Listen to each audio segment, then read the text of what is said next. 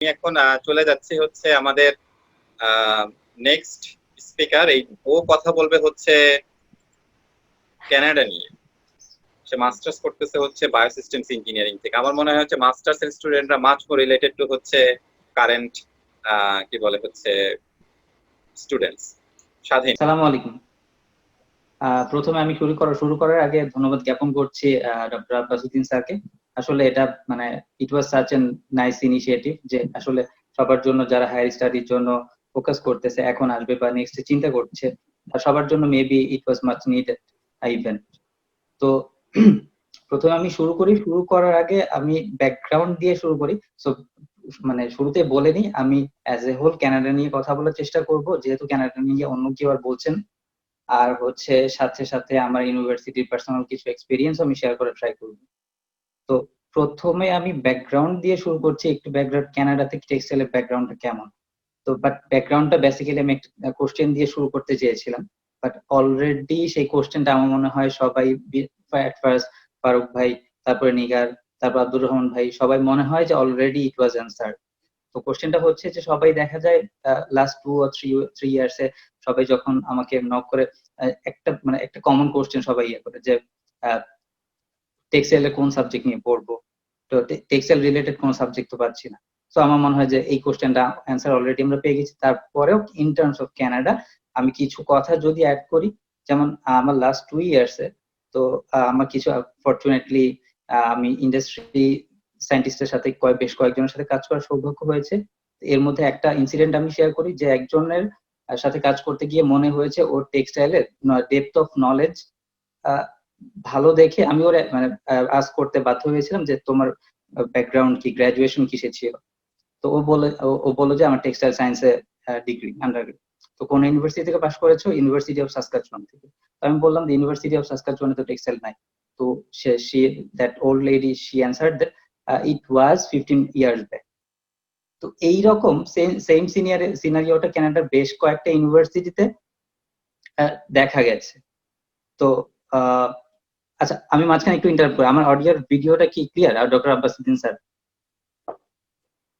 হচ্ছে video clear এবং হচ্ছে অডিও খুব সুন্দর ক্লিয়ার, কোনো সমস্যা নেই। Thank you. সো এইরকম সিনারিওটা কানাডাতে লাস্ট 15 to 20 ইয়ার্সে বেশ কয়েকটা ইউনিভার্সিটিতে দেখা গেছে।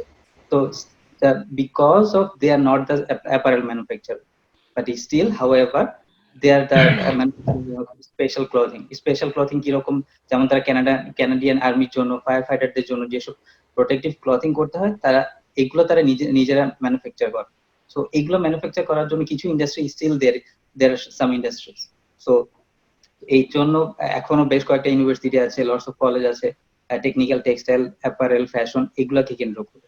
সো তারপরেও আমি যদি আমার সাজেশন থেকে যদি বলি, কিছু সাবজেক্ট আমি রিকমেন্ড করবো যদি কেউ হায়ার স্টাডিজ এর জন্য কানাডাতে আসতে চায়।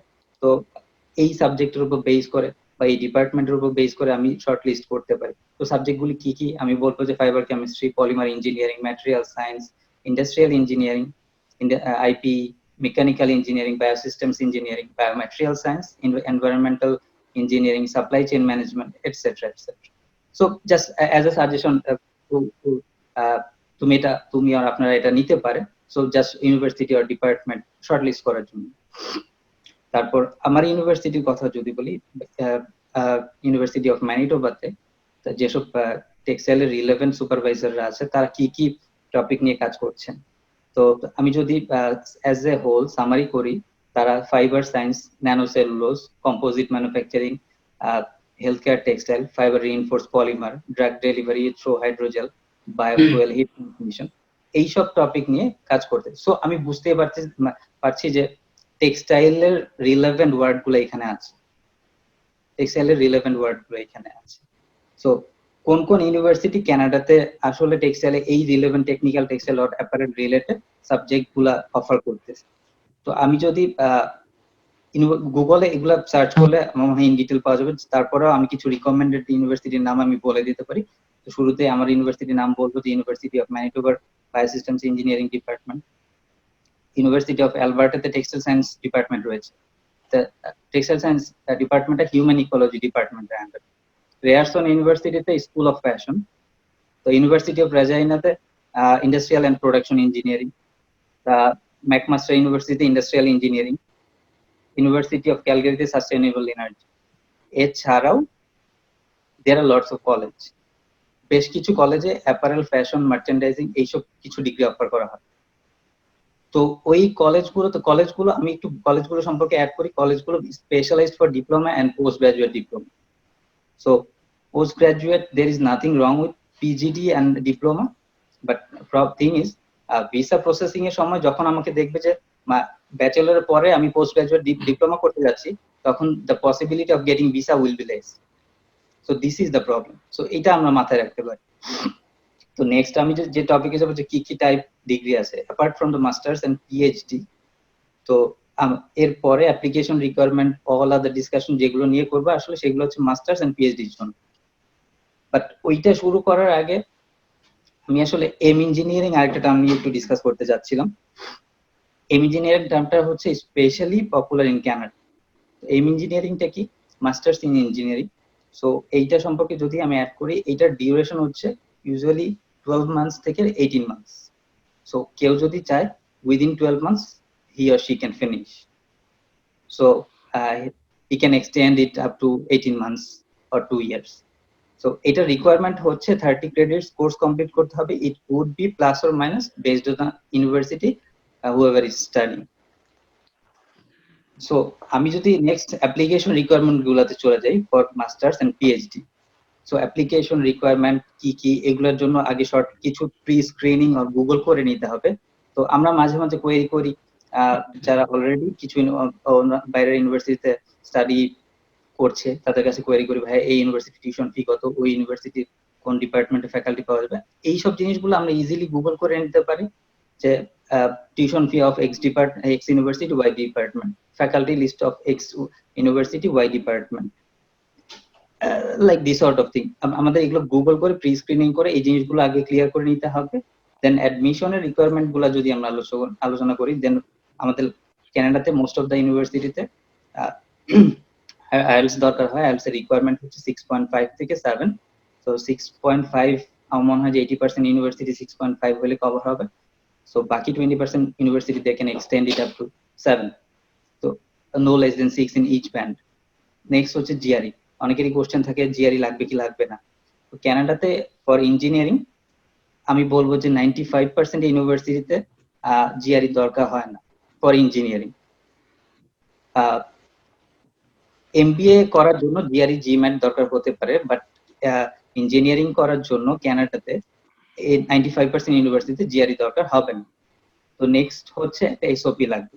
তো এসওপিটা অ্যাডমিশন অ্যাপ্লিকেশনের সময় অথবা সুপারভাইজার যদি অ্যাপ্লিকেন্টের কাছ থেকে চায় তখন লিখতে হতে পারে। সো আমার মনে হয় এসওপি একটা রেডি করে রাখা যেতে পারে। তো যখন অ্যাডমিশন অ্যাপ্লিকেশনের সময়টা সাবমিট করে দিবে, তো কানাডাতে অ্যাপ্লিকেশন গুলো সবগুলো অনলাইনই হয়। সো সেই ক্ষেত্রে আমাদের ট্রান্সক্রিপ্টের কপি সাবমিট করতে হবে। নেক্সট হচ্ছে সিজিপিএ। তো ম্যাক্সিমাম ইউনিভার্সিটিতে ওয়েবসাইটে দেয়া থাকে তাদের মিনিমাম সিজিপিএ রিকোয়ারমেন্ট কত। তো অন এন এভারেজ আমরা বলতে পারি 3। কোন ইউনিভার্সিটির রিকোয়ারমেন্ট ওরা বলে দেয় যে অ্যাডমিশনের জন্য মিনিমাম সিজিপিএ এত হইতে হবে। তো এই ক্ষেত্রে একটু আমি কনফিউশন ক্লিয়ার করে দিই। অনেক ইউনিভার্সিটিতে ইভালুয়েশন স্কেলটা 4.5 এ হয়, আবার অনেক ইউনিভার্সিটিতে ইভালুয়েশন স্কেলটা 4 এ হয়। তো যখন বলে দিল যে মিনিমাম সিজিপিএ 3.5 লাগবে, মিনিমাম সিজিপিএ 3.2 লাগবে, বাট একটা ছেলে 2.9 সিজিপিএ, ও যখন জিনিসটা ক্লিয়ার হতে পারলো না যে এটা কোন স্কেলে, তো ও তো আর অ্যাপ্লাই করবেন। সো এই জিনিসগুলো ক্লিয়ার করে নিতে হবে। গ্রাজুয়েট কোঅর্ডিনেটরকে ইমেল করে জিনিসগুলো ক্লিয়ার করা যেতে পারে যে would you by saying that would you mind to clarify me that what is your evaluation score. So ওরা আসলে এই জিনিসগুলো ইজিলি ইমেল করলে ওরা ক্লারিফাই করে দিবে। দেন নেক্সট টপিক হচ্ছে আমাদের সুপারভাইজার আর ফান্ডিং। তো সুপারভাইজারের টপিকটা যদি আমি আগে ডিসকাস করি,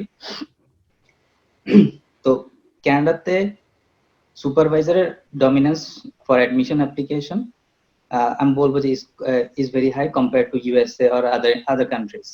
যে তাদের অ্যাডমিশনের ক্ষেত্রে তাদের ইনফ্লুয়েন্স আমি বলবো যে অনেক বেশি অন্যান্য ইউনিভার্সিটি বা অন্যান্য দেশের চেয়ে।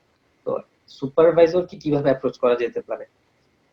তো প্রথমে ডিপার্টমেন্ট শর্টলিস্ট করে আমাদেরকে কিছু সুপারভাইজার কারা কারা আমার রিসার্চ ইন্টারেস্ট এরিয়ার মধ্যে পড়ছে, তো তাদেরকে শর্টলিস্ট করে এক্সেল করা যেতে পারে যে এক্স ইউনিভার্সিটির ওয়াই ডিপার্টমেন্টের জেড প্রফেসরের এই রিসার্চ এরিয়া আছে। তো তাদেরকে ইমেল করার আগে মনে হয় একটা কমন ইমেল রেডি করা যেতে পারে। ওই কমন ইমেলটা কোনো সিনিয়রকে বা অলরেডি যারা এই কাজ করেছে তাদেরকে দিয়ে প্রি স্ক্রিনিং করে নিয়ে যেতে পারে, এডিট করে নিয়ে যেতে পারে। তো সেই ইমেলকে কমন ইমেল আমি দিব, বাট এইখানে ব্যাপার হচ্ছে যে প্রত্যেকটা সুপারভাইজারের রিসার্চ এরিয়া অনুযায়ী তাদেরকে তাদের রিসার্চ কোলাবোরেশন অনুযায়ী তাদেরকে ডিফারেন্ট ওয়ার্ডস তাদেরকে ডিফারেন্ট ওয়েতে লিখতে হবে। সো একটু প্রিসাইজ ওয়েতে লিখতে হবে। লিখাটা অনেক সময় আমরা লিখার উপর জোর দিই না, তো এরকমও দেখা গেছে, এরকমও দেখেছি অনেক সুপারভাইজারের কাছ থেকে যে একটা ইমেইলের মধ্যে একটা প্যারাগ্রাফের মধ্যে 2-3 টাইপস অফ ফন্ট তারা ইউজ করছে। তো এগুলা খেয়াল, ছোট ছোট জিনিসগুলো খেয়াল রাখতে হবে। তো নেক্সট আমি যদি ফান্ডিং নিয়ে আলোচনা করি, তো ফান্ডিং কি কি জিনিসের উপর ডিপেন্ড করবে। তো ফান্ডিং যদি শুরু করি, তো অনেক স্টুডেন্ট যারা হায়ার স্টাডির জন্য ইন্টারেস্টেড, তো সবাই আসলে একটা কোশ্চেন আমার মনে হয় যে করে যে জব এক্সপিরিয়েন্স লাগবে কি। তো কোশ্চেনটা অ্যান্সার আসলে যদি আমি ইন টার্মস অফ কানাডা দিই, সেই ক্ষেত্রে বলতে হবে যে জব এক্সপিরিয়েন্স আসলে অ্যাডমিশনের কোনো রিকোয়ারমেন্ট না। জব এক্সপিরিয়েন্স আমি যদি সিভিতে পোর্টফোলিওতে সুন্দর করে রিপ্রেজেন্ট করতে পারি, সেটা হয়তো অ্যাডমিশন এর জন্য সুপারভাইজারকে ইনফ্লুয়েন্স করতে পারে। বাট জব এক্সপিরিয়েন্স কানাডার জন্য আসলে অ্যাডমিশনের কোনো রিকোয়ারমেন্ট না। বাট আমি যদি অন্যান্য যেমন অস্ট্রেলিয়ার ক্ষেত্রে কিছু স্কলারশিপ আছে, এটার জন্য জব এক্সপিরিয়েন্স হয়তো ম্যান্ডেটরি। জার্মানির ক্ষেত্রে আমি বলবো যে ড্যাডের জন্য 2 বছর জব এক্সপিরিয়েন্স লাগবে। বাট কানাডাতে জিনিসটা এরকম না। সো জব এক্সপিরিয়েন্স, এটার অ্যান্সার হচ্ছে জব এক্সপিরিয়েন্স থাকলে ভালো। না থাকলে কেউ যদি ফ্রেশ গ্রাজুয়েট অ্যাপ্লাই করতে চায়, আমার মনে হয় he or she can readily apply. But job experience থাকলে আমি বলবো যে একটা স্টুডেন্ট মোর ম্যাচিউর, ইন্ডাস্ট্রির সাথে কাজ করা, এটা আসলে পরবর্তীতে ফরেন কান্ট্রিতে অ্যাব্রোডে স্টাডি করার ক্ষেত্রে রিসার্চের জন্য everyday is a new day. তো ওই ডে গুলাতে ম্যাচিউর আমি যত বেশি থাকবো তত বেশি সার্ভাইভ করতে পারবো। তো এরপরে ফান্ডিং এর নেক্সট রিকোয়ারমেন্ট হইতেছে রিলেভেন্ট রিসার্চ এক্সপেরিয়েন্স থাকতে হবে, তারপর পাবলিকেশন থাকতে হবে। তো পাবলিকেশনের ক্ষেত্রে আমাদের সবার হচ্ছে কমন আসলে একটা আর্গুমেন্ট যে ভাই আমার তো পাবলিকেশন নাই। তো পাবলিকেশন নাই, সেক্ষেত্রে হচ্ছে পাবলিকেশন থাকলে ভালো, বেস্ট। পাবলিকেশন যদি না থাকে তাহলে তো কিছু করার নাই। দেন আমার হচ্ছে যে ওভারঅল প্যাকেজ থেকে একটা সুপারভাইজার ইনফ্লুয়েন্সড হবে যে এই ছেলেটাকে নিব কি নিব না। তো আমি জাস্ট এখানে একটা জিনিস অ্যাড করি যে আমাকে আসলে যে আমার রিসার্চ ব্যাকগ্রাউন্ড যে সুপারভাইজারের ব্যাকগ্রাউন্ডের সাথে একবারে মিলে যেতে হবে জিনিসটা এমনও না। তো আমার যদি কোনো এরিয়াতে এক্সপার্টিস থাকে, তো আমি আমার সুপারভাইজারকে বলতে পারি আমার এই এক্সপার্টিস কাজে লাগিয়ে তোমার সাথে আমি কোলাবোরেট করতে চাই, দেন আমরা ফিউচারে এই প্রপোজালটা নিয়ে কাজ করতে চাই। So it could be an idea as well. So সেই ক্ষেত্রে পাবলিকেশনের ক্ষেত্রে থাকলে ভালো, বেস্ট। আর না থাকলে সেই ক্ষেত্রে আমার সাজেশন হচ্ছে, পার্সোনাল অপিনিয়ন আমি যদি বলি, তো আমরা ব্যাচেলর যে প্রজেক্টটা করি, থিসিসটা করি, এইটা থেকে ইজিলি আমরা যদি আগে থেকে প্ল্যান করে রাখি, ইট কুড বি এ পাবলিকেশন। তারপরে সেই ব্যাচেলর থিসিসে যদি না হয়, আমরা যদি রিভিউ পেপার কিভাবে লিখতে হয় জানি, রিভিউ পেপার থেকে 2 মান্থস একটা রিভিউ পেপার রিভিউ করে, কিছু পেপার রিভিউ করে লেখা কমপ্লিট করে ফেলা সম্ভব। ওইটাও যদি না হয়, আমার মনে হয় যে আমাদের যদি ছোটখাটো পেপার থাকে, আমরা কনফারেন্স প্রসিডিং এ সাবমিট করতে পারি। ইন্টারন্যাশনাল কনফারেন্স গুলোর দিকে চোখ রাখবো। ইন্টারন্যাশনাল কনফারেন্স গুলোর ক্ষেত্রে বলবো যে সেই ক্ষেত্রে আমাদের হয়তো জার্মানি, কানাডা, অস্ট্রেলিয়া যারা লোকাল বাংলাদেশে থাকে, এই দেশে যাওয়া হয়তো ট্রাভেল করা হয়তো পসিবল না। সেই ক্ষেত্রে আমার সাজেশন হচ্ছে যে অলরেডি যারা কানাডা, অস্ট্রেলিয়া, ইউএসএ, নিউজিল্যান্ড এইখানে আছে স্টুডেন্ট হিসেবে, আমার মনে হয় ওদেরকে যদি থার্ড অথর হিসেবে অ্যাড করে দেয়া যায়, ওরা যদি on behalf of you present করে দেয়, it could be a good publication in a very good conference. Next হচ্ছে যে যখন আমরা সিভি রেডি করি সুপারভাইজারকে ইমেল করার জন্য, আমরা ভলান্টিয়ার এক্সপেরিয়েন্স অ্যাড করতে পারি। ভলান্টিয়ার এক্সপেরিয়েন্স কেন অ্যাড করব? ভলান্টিয়ার এক্সপেরিয়েন্স শো করতেছে যে you are comfortable beyond your responsibility. So এই ব্যাপারগুলো আসলে ইনফ্লুয়েন্স করে। তো নেক্সট টপিক আমরা যদি বলি কানাডাতে কি ধরনের স্কলারশিপ অ্যাভেলেবল, ইঞ্জিনিয়ারিং এর জন্য যদি বলি প্রায় কোনো স্কলারশিপ নেই বললেই চলে। আর মাস্টার্স পিএইচডির জন্য মোস্ট অফ দ্য সবাই ইউনিভার্সিটির স্টুডেন্টরা আসলে সবাই 90% স্টুডেন্ট আসলে সবাই ফান্ড নিয়ে আসে। সেই ক্ষেত্রে সুপারভাইজার ম্যানেজ করাটা ইট could B tough. So supervisor manage করতে পারলে হোপফুলি ইনশাল্লাহ আমরা বলতে পারবো যে ফান্ড পাবো। তো সেই ক্ষেত্রে প্রথমে সিজিপি এর উপর বেস করে এন্ট্রান্স স্কলারশিপ থাকতে পারে। এন্ট্রান্স স্কলারশিপ গুলো আসলে অ্যাডমিশনের সাথে অটোমেটিক নমিনেটেড হয়ে যায় অ্যাপ্লিক্যান্টের। তারপরে হচ্ছে যে ইউনিভার্সিটি সেন্ট্রাল স্কলারশিপ থাকতে পারে। ইউনিভার্সিটি সেন্ট্রাল স্কলারশিপ গুলো অ্যাডমিশনের আগে বা পরে অ্যাপ্লিক্যান্টকে অ্যাপ্লাই করতে হবে। এগুলো হচ্ছে কম্পিটিটিভ, এগুলোর জন্য অন্যান্য অ্যাপ্লিক্যান্টও থাকে। তো তার মধ্যে আসলে কম্পিটিটিভ অ্যাপ্লিক্যান্টকে ওই আওয়ারটা দেওয়া হয়। তারপরে সুপারভাইজারের পার্সোনাল ফান্ড থাকতে পারে। বেশিরভাগ ক্ষেত্রে সুপারভাইজার পার্সোনাল ফান্ড থেকে ইউনিভার্সিটি স্টুডেন্টকে ফান্ড করা হয়। তো এছাড়াও ইন্ডাস্ট্রি কোলাবোরেশনে বেশ কিছু ফান্ড স্টুডেন্টদেরকে দেয়া হয়। তো এই ধরনের ফান্ডগুলো কানাডাতে অ্যাভেলেবল। অ্যাপার্ট ফ্রম দ্যাট, এগুলো ছাড়াও তো এইখানে আসার পর RATA এছাড়া একটা ইয়ারলি প্রোগ্রেস যখন হয়, ওই প্রোগ্রেসের উপর বেস করে সুপারভাইজাররা এছাড়াও অন্যান্য এক্সটার্নাল অনেক ফান্ডের জন্য অ্যাপ্লিকেশন করে, ইন্ডাস্ট্রির জন্য কোলাবোরেট করে ট্রাই করে। তো দেখা যায় আমি যে ফান্ড নিয়ে আসতেছি এখানে আসার পর ওইটা ম্যাক্সিমাইজ হতে পারে depending on my performance. So next আমি যদি ডিসকাস করি যে এইখানে on campus and off campus job কি রকম। তো কানাডাতে as a full-time graduate student you are entitled to work 20 hours in a week. তো মান্থলি এটা 80 hours. So on campus and off campus দুই ভাবেই আসলে স্টুডেন্টরা জব করে থাকে। তো আসার কথা হচ্ছে এটা। তো মোস্ট অফ দ্য স্টুডেন্টস কেউ যদি ইন্টারেস্টেড থাকে রিসার্চের পাশাপাশি যদি কেউ করতে পারে, আসলে এটা ডিপেন্ড করবে ওয়ার্কলোডের উপর আমি করবো কি করবো না। বাট আমি যদি বলি to be very honest, on campus off campus job available. Then হচ্ছে নেক্সট আমি যদি বলি ডিসিশন লিড টাইম, অ্যাপ্লিকেশন করার পর কতদিন লাগতে পারে ডিসিশন পাওয়ার জন্য। আমার মনে হয় যে 4 to 5 উইকস এর মধ্যে একজন অ্যাপ্লিকেন্ট ডিসিশন পেয়ে যাবে মাস্টার্স অর পিএইচডি জন্য, যে সে application approve or rejected. Next আসলে ভিসা প্রসেসিং নিয়ে আসলে ডিটেল হয়তো আমরা অন্য একদিন কথা বলবো।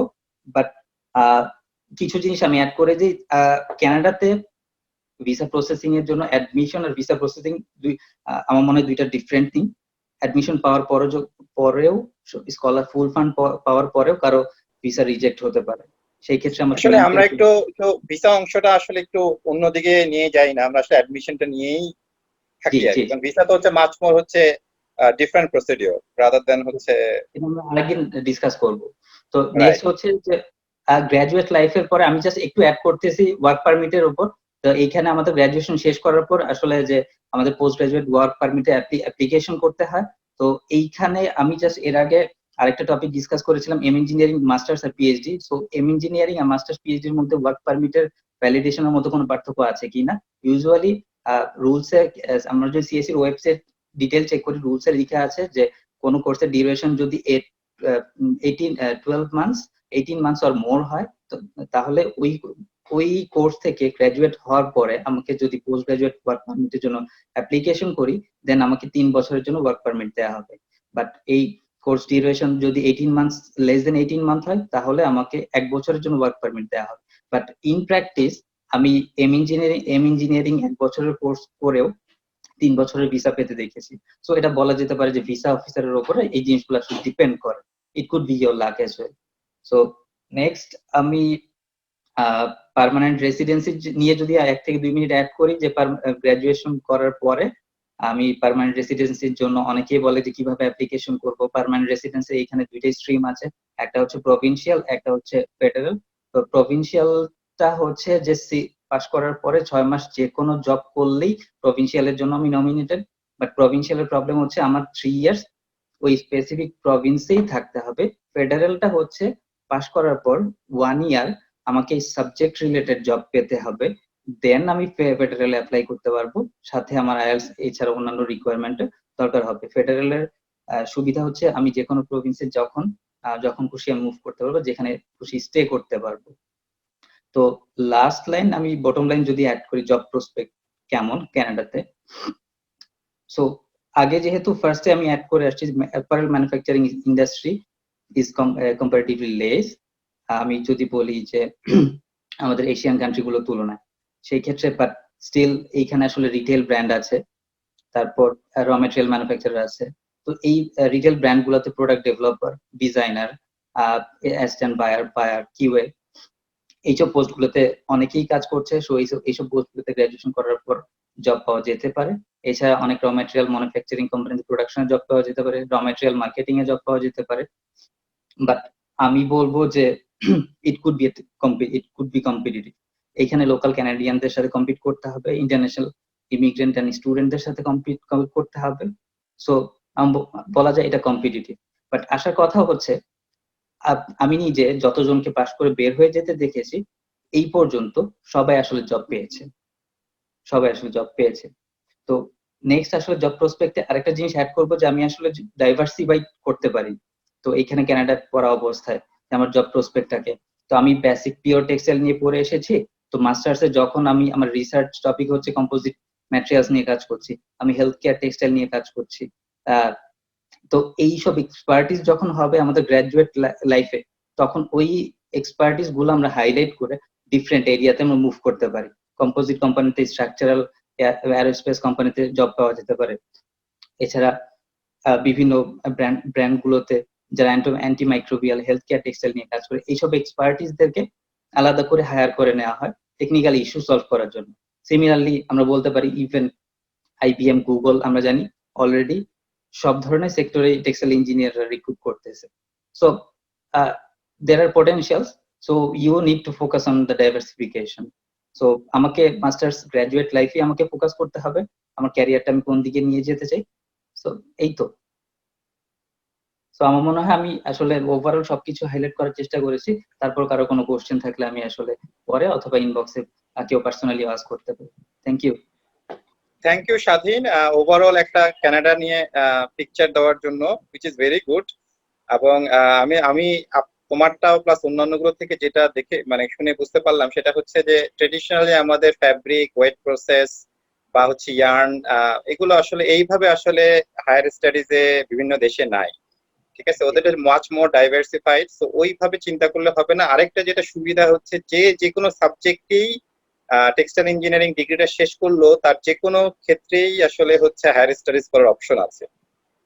এবং অভিজ্ঞতা থেকে যেটা দেখা যায় হচ্ছে এই কি বলে হচ্ছে এই টেক্সটাইল এডুকেশনটা বিভিন্ন দেশের, এক সেকেন্ড আমি একটু স্পটলাইটটা একটু ক্যান্সেল করি, এক সেকেন্ড আমি করছি। হ্যাঁ, সো মানে কি বলে অনেক ক্ষেত্রে যেটা দেখা যায় হচ্ছে কিছু কিছু ক্ষেত্রে কিছু কিছু দেশে মেকানিক্যালের আন্ডারে, ইউনিভার্সিটিতে ম্যাটেরিয়াল সায়েন্সের আন্ডারে হতে পারে, এগ্রিকালচারের আন্ডারে হতে পারে, তারপরে হচ্ছে nano materials, bio materials, fibre science, বিভিন্ন মানে টেক্সটাইলটা এরকম বিভিন্ন দেশের বিভিন্ন সিচুয়েশনের ভিত্তি করে এক এক ইউনিভার্সিটি এক এক ভাবে ওটার মধ্যে টেক্সটাইল এডুকেশন থাকতে পারে। তাই তো ব্যাপারটা।